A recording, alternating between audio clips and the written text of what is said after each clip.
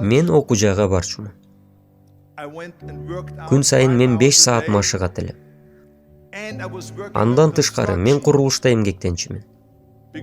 Анткени ал кезде бодибилдингден акча табуу деген жок болчу. Жана спорт тамактарын сатып алуу үчүн каражаттын жоктугуна байланыштуу иштеп акча табышым зарыл эле. Ошол себептен мен курулушта эмгектенчимин. Мен окуу жайга барып, андан соң 5 саатымды машыгуу залында өткөрөт элем. Ал жайдан чыгып, саат 8ден түнкү 12ге чейин аптасына 4 жолу актёрдук чеберчиликке барчумун. Мен булардын баарысына жетишчүмүн. Бир дагы мөөнөттү текке кетирбейт элем. 20 жаш курагымда Лондонго келип аалам мырзасы наамын утуп алгам. Мен эң жаш аалам мырзасы болгом. Анткени менин максатым бар болчу. Эгер сиз кайда баратканыңызды билбесеңиз, эгер сиздин көздөгөн максатыңыз жок болсо, анда сиздин өмүрүңүз белгисиз өтөт. Американын 74% адамдары өз жумуштарын жек көрүшөт. Көпчүлүк адамдар кылып жаткан ишин жактырышпайт. Себеби алар алдыга максат коюшпайт. Алар жөн гана жумушка келип кетишет. Себеби жашаш үчүн иштөө керек эмеспи? Мындай жумуш пайдасыз. Анткени ал эч кандай бакыт алып келбейт.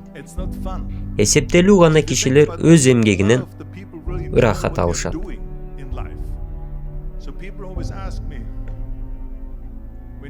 Менден ар дайым сурашат болчу. Эмне үчүн сен 5-6 саат машыгып, чарчап турсаң дагы жүзүңдөн бакыт кетпейт деп. Башкалар сен сыяктуу эле машыгышат, бирок алардын жүзү чарчаң. Эмне үчүн мындай дешчү? Анткени мен өзүмдүн максатыма баратам деп жооп узатчумун. Менин алдымда аалам мырзасы деген максатым бар.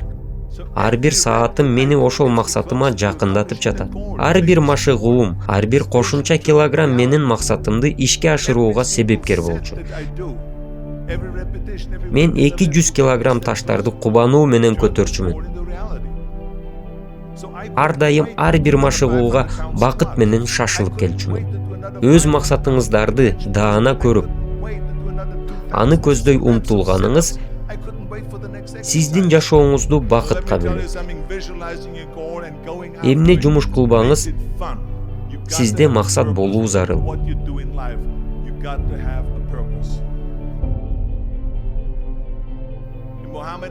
Мухаммед Али 7 терине чейин машыгат болчу.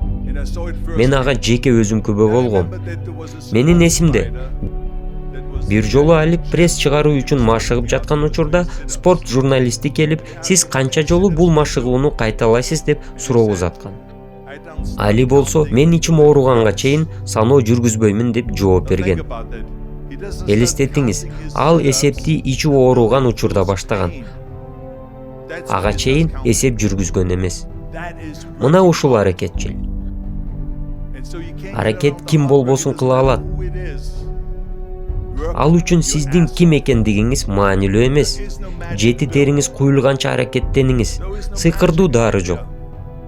Эч кандай керемет жок. Эч кандай шылтоо жарабайт. Эмгектен. Сыйкырдын баары эмгекте. Убакыт жетпей жатат деген кишилерге ачууланам. Күнүнө өзүнүн ден соолугу үчүн 45 мүнөт убакыт таба албагандарга ачууланам. 45 мүнөт өзүнүн физикалык же руханий сапаттарын оңдоо үчүн таба алышпайт. Элестетиңиз, сиз күнүнө 1 саат китеп окуйсуз. Мисалы тарыхты.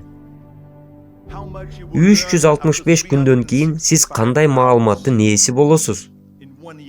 1 жыл ичинде композитор акындар тууралуу окусаңыз канчалык көптү билесиз?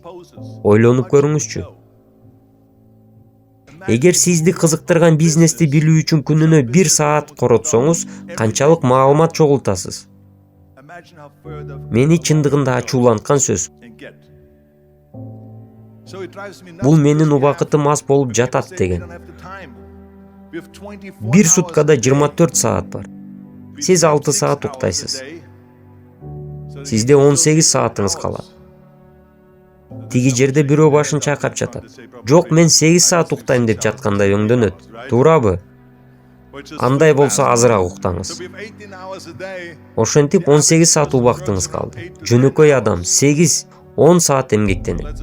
Мейли, 10 саатты алып салалы. 8 саат калды.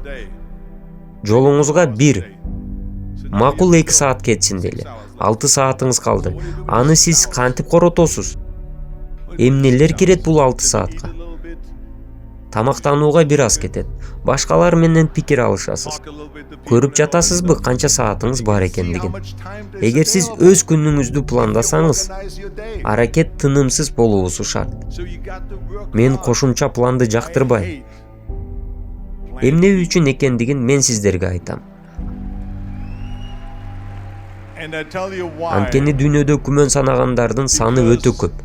Биз аларды мурда жок дегендер деп атап койчук. Көп адамдар жок дешип, кээ бир нерселерди мүмкүн эмес дегенге айлантышат. Бул нормалдуу көрүнүш. Мурда мен айтчумун, жок дегенди ообага алмашты. Кыла албайм дегенди кыла алам дегенге өзгөрт деп. Мен айтчумун, сен бардык нерсени кыла аласың деп. Эгер сен өзүңүн күчүңө ишене албасаң, мына чыныгы коркунуч. Анткени сен ичиңден ойлоносуң, бул ишим болбой калса, анда экинчи планды, план Б'ны колдономун деп. Ошол учурдан тартып, сен экинчи план тууралуу ойлоно баштайсың. Бул нерселер билинбестен сени биринчи планыңдан алыстата баштайт. Бул өтө маанилүү. Себеби биз коркунуч жаралган мезгилде кылып жаткан нерсеге маани беребиз.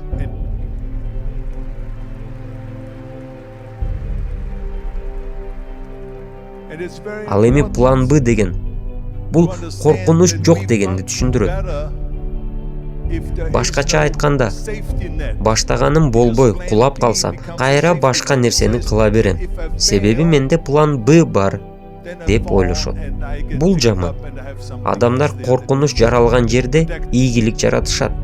Адамдар спортто же башка тармактарда ийгилик жаратуусунун негизги себеби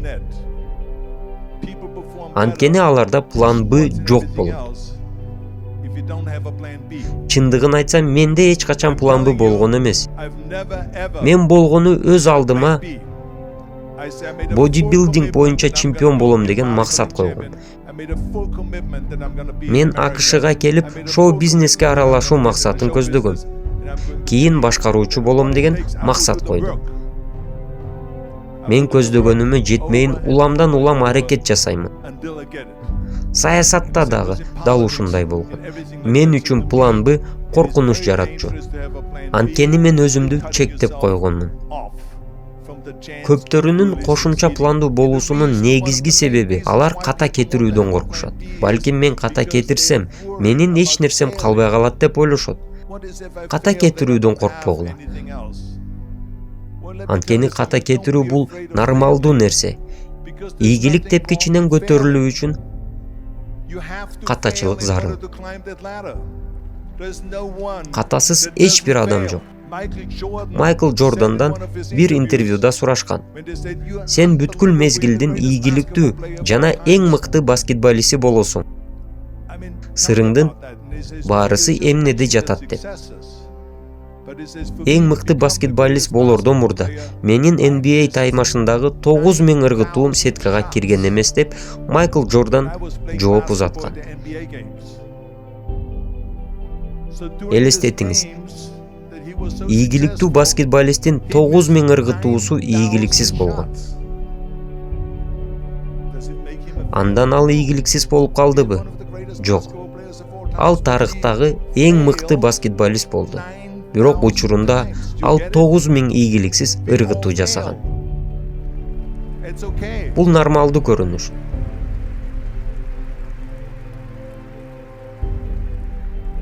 Биз баарыбыз ката кетиребиз. Баарыбыз. Бул нормалдуу көрүнүш. Ким кулап туруп, кайра тургусу келбесе, Мына бул нормалдуу эмес көрүнүш. Тургусу келбеген киши коркок жеңилүүчү, ал эми жеңүүчү куласа кайра турат, кулайт кайра турат, ар дайым кайра турат. Ошол себептен жеңүүчү болот. Мен бодибилдингде бир канча жолу жеңилгем. Мелдештерде утулгам, пауэрлифтингден утулгам, оор атлетикада жеңилгем, эч ким көрбөгөн тасмаларда тартылгам, эң ылдыйкы баа алган тасмаларда ойногом. Жана саясатта дагы мен утулгам. Калифорниядагы рейтингим 28%га чейин түшүп кеткен. Бирок кийин кайра көтөрүлүп, мен губернатор болдум. Эй, биз баарыбыз утулганбыз. Баарысында жеңилүү болгон. Ошондуктан утулуудан коркпоңуздар. Аны ойлосоңуз, сиз олуттуу бирдеме кыла албай катып каласыз. Кайсыл жактан болбосун, бокстанбы же жумуштанбы ийгиликке жетүү үчүн эркин болуу зарыл. Ката кетирүү бул нормалдуу нерсе. Болгону алдыга кадам таштап, аракет кыла бериңиз. Болгону катачылыктан коркпоңуз.